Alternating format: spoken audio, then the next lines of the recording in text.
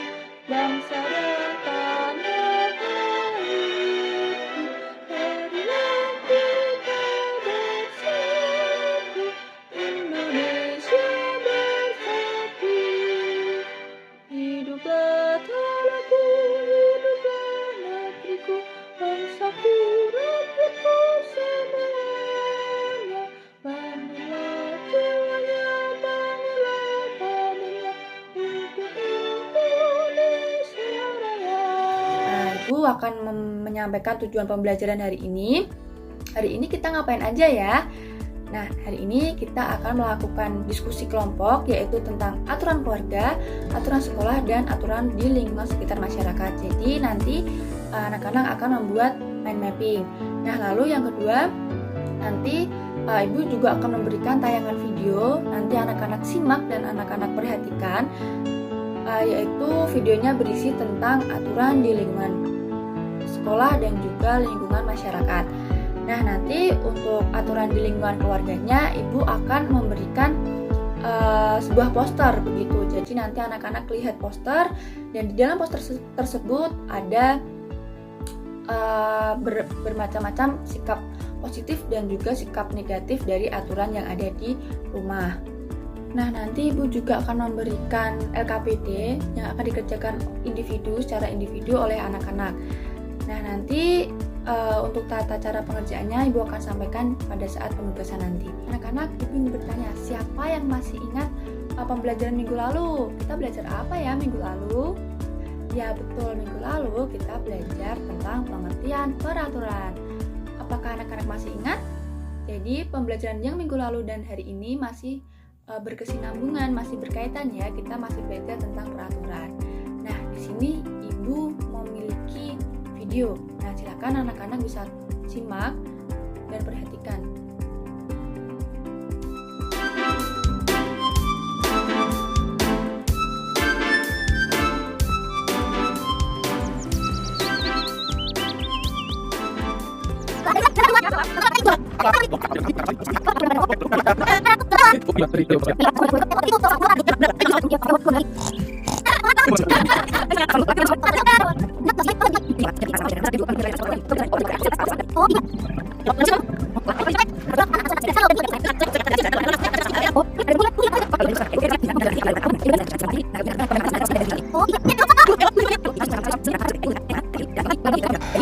Nah, anak-anak, itu tadi video pertama. Sekarang ibu mempunyai video kedua. Ini video kedua ini silakan anak-anak simak dan perhatikan.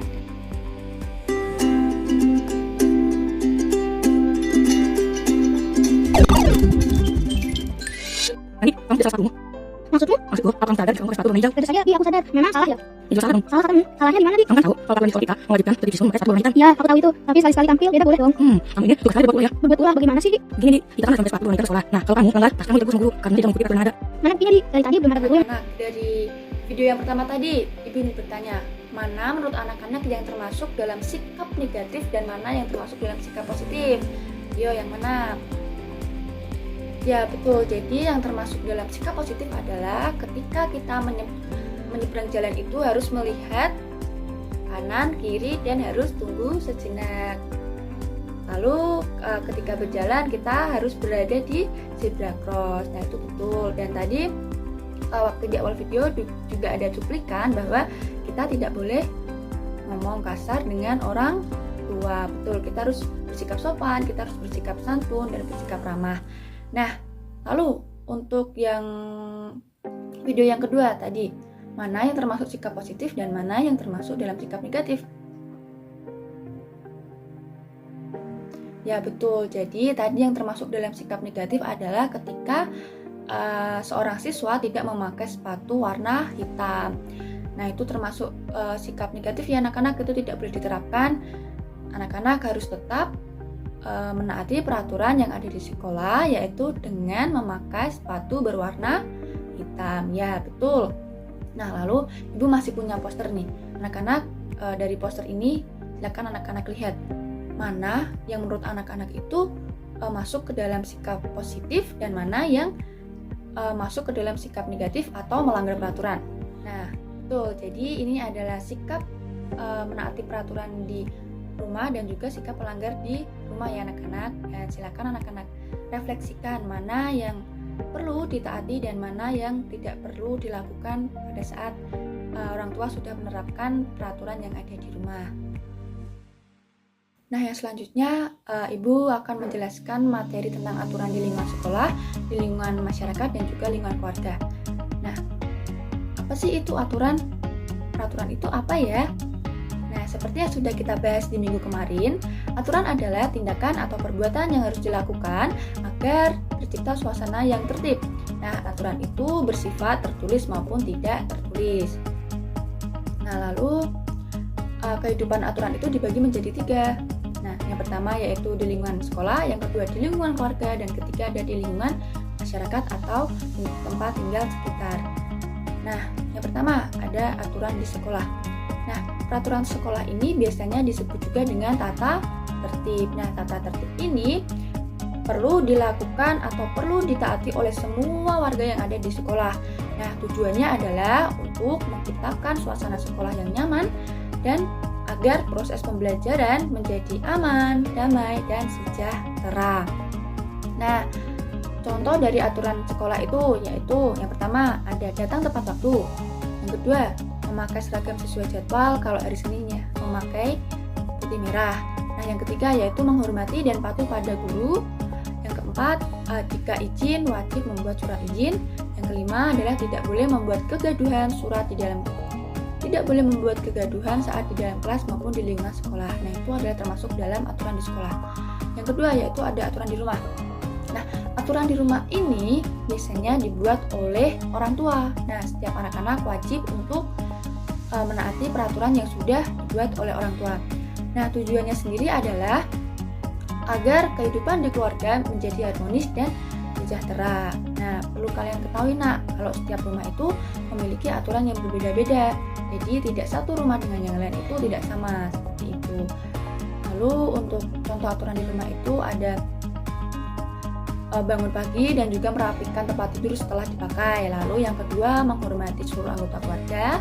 Yang ketiga menyayangi anggota keluarga dengan tulus.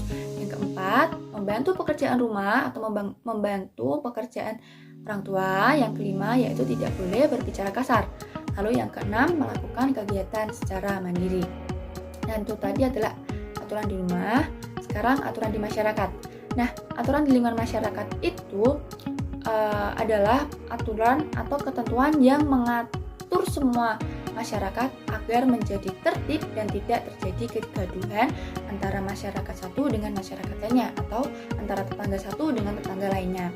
Begitu. Nah, aturan di masyarakat itu ada 2 aturan, dibagi menjadi 2. Nah, yaitu aturan tertulis dan aturan tidak tertulis. Nah, untuk aturan tertulis itu biasanya ada wajib lapor RT bila ada tamu menginap lebih dari 24 jam. Kemudian yang kedua tidak boleh membuang sampah sembarangan. Yang ketiga pengendara bermotor harus mematuhi peraturan rambu-rambu lalu lintas. Yang keempat pengendara bermotor harus memiliki SIM. Nah, itu adalah jenis aturan tertulis. Nah, untuk aturan yang tidak tertulis adalah satu, mengucapkan salam ketika ingin masuk rumah atau ketika ingin bertamu. Yang kedua, bersikap ramah dan sopan kepada warga sekitar atau kepada tetangga-tetangga. Nah, yang selanjutnya yaitu membungkukkan badan saat melewati orang yang lebih tua. Nah, itu tadi adalah aturan yang ada di lingkungan tempat tinggal sekitar atau biasa disebut dengan masyarakat. Apa sih manfaat dari mematuhi aturan itu? Nah, ketika kita mematuhi aturan, maka kita bisa saling berbagi, kita bisa saling menghargai dengan satu sama yang lain. Kemudian kita juga bisa lebih menghargai waktu, kita bisa lebih disiplin. Lalu pekerjaan rumah menjadi cepat selesai. Lalu kita menjadi tahu betapa pentingnya waktu. Kita juga bisa menciptakan suasana belajar yang kondusif, dan kita juga bisa menciptakan suasana belajar yang aman, nyaman bagi semua teman-teman maupun guru juga. Nah, selain itu juga kita bisa membentuk sikap kita menjadi sopan, kita menjadi santun. Nah, lalu kita juga bisa menjaga keharmonisan dengan tetangga, dengan keluarga, dan dengan teman-teman lainnya. Nah, itu manfaatnya ketika kita mematuhi aturan. Nah, dari materi yang Ibu jelaskan tadi, apakah anak-anak ada yang masih belum memahami? Sudah semua ya? Oke, baik. Kalau sudah semua, Ibu akan memberikan LKPD kepada anak-anak, tetapi sebelum itu Ibu akan mengajak anak-anak untuk melakukan ice breaking. Jadi ice breaking ini namanya adalah tepuk kompak. Nah, Ibu akan pimpin dari sini ya. Tepuk kompak. 1, 2, 3, 4, 5, 6. Semangat, semangat. Yes. Nah, anak-anak, Ibu akan memberikan LKPD kepada anak-anak. Nah, seperti sudah Ibu jelaskan tadi bahwa akan ada tugas individu dan juga kelompok. Nah, sebelum Ibu membagikan LKPD-nya, silakan anak-anak bisa membentuk kelompok terlebih dahulu, berhitung dari 1 sampai 3. Nah, anak-anak silakan berkumpul dengan kelompoknya. Kelompok 1 di sebelah kiri, kelompok 2 di tengah, kelompok 3 di sebelah kanan. Nah, sudah dapat kelompok ya semuanya? Ya, baik. Jadi anak-anak, Ibu akan menjelaskan bagaimana cara mengerjakan tugas pada hari ini.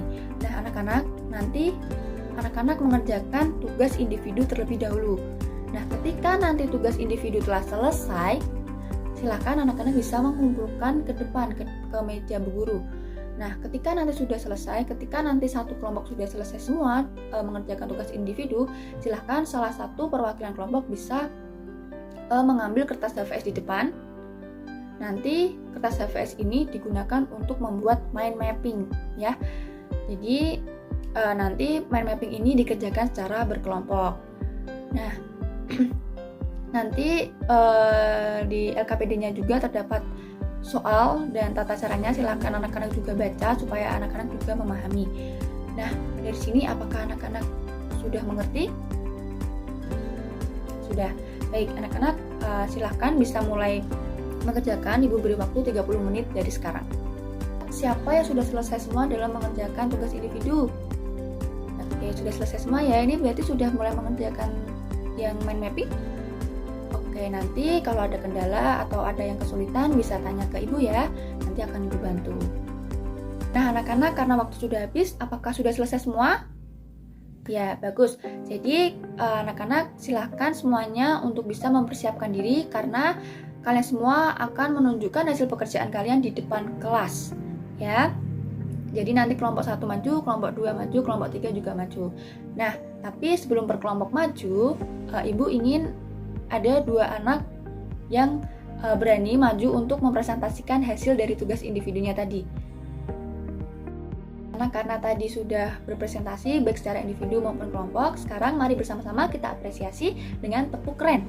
1, 2, 3, tepuk keren. Kamu hebat, kamu keren, luar biasa. Yeay. Tadi Ibu sudah melihat pekerjaan dari kalian, Ibu sudah melihat usaha dari kalian, kalian keren. Dan tadi mind mappingnya juga bagus-bagus, tidak ada yang jelek, kalian luar biasa. Dan Ibu juga sudah memberikan penilaian kepada kalian, dan anak-anak tetap dijaga ya kekompakannya, tetap semangat. Ibu akan memberikan soal evaluasi yang dikerjakan secara mandiri. Soal evaluasi ini hanya 5 soal aja. Nanti ketika sudah selesai mengerjakan, silahkan segera dikumpulkan ke depan, tidak usah menunggu teman-temannya. Kalau sudah selesai dikumpulin ke depan, ditumpuk di meja ya. Nah, sudah selesai semua ya mengerjakan soal evaluasinya. Pembelajaran hari ini sudah selesai. Ibu minta anak-anak bisa menulis dalam buku simpulan tentang materi hari ini 5 kalimat aja ya dalam buku masing-masing. Lalu anak-anak juga menjelaskan apakah hari ini terasa senang ataukah terasa sedih, dan bagaimana pembelajaran hari ini, apakah terasa sulit atau terasa mudah ya, ditulis semua di dalam buku. Semoga apa yang telah Ibu jelaskan, apa yang sudah Ibu sampaikan hari ini bisa menjadi bekal untuk anak-anak. Karena hari ini pulangnya lebih awal, untuk itu mari kita tutup pembelajaran hari ini dengan berdoa. Silakan untuk ketua kelas bisa memimpin dalam doa. Terima kasih. Selamat pulang, hati-hati di jalan.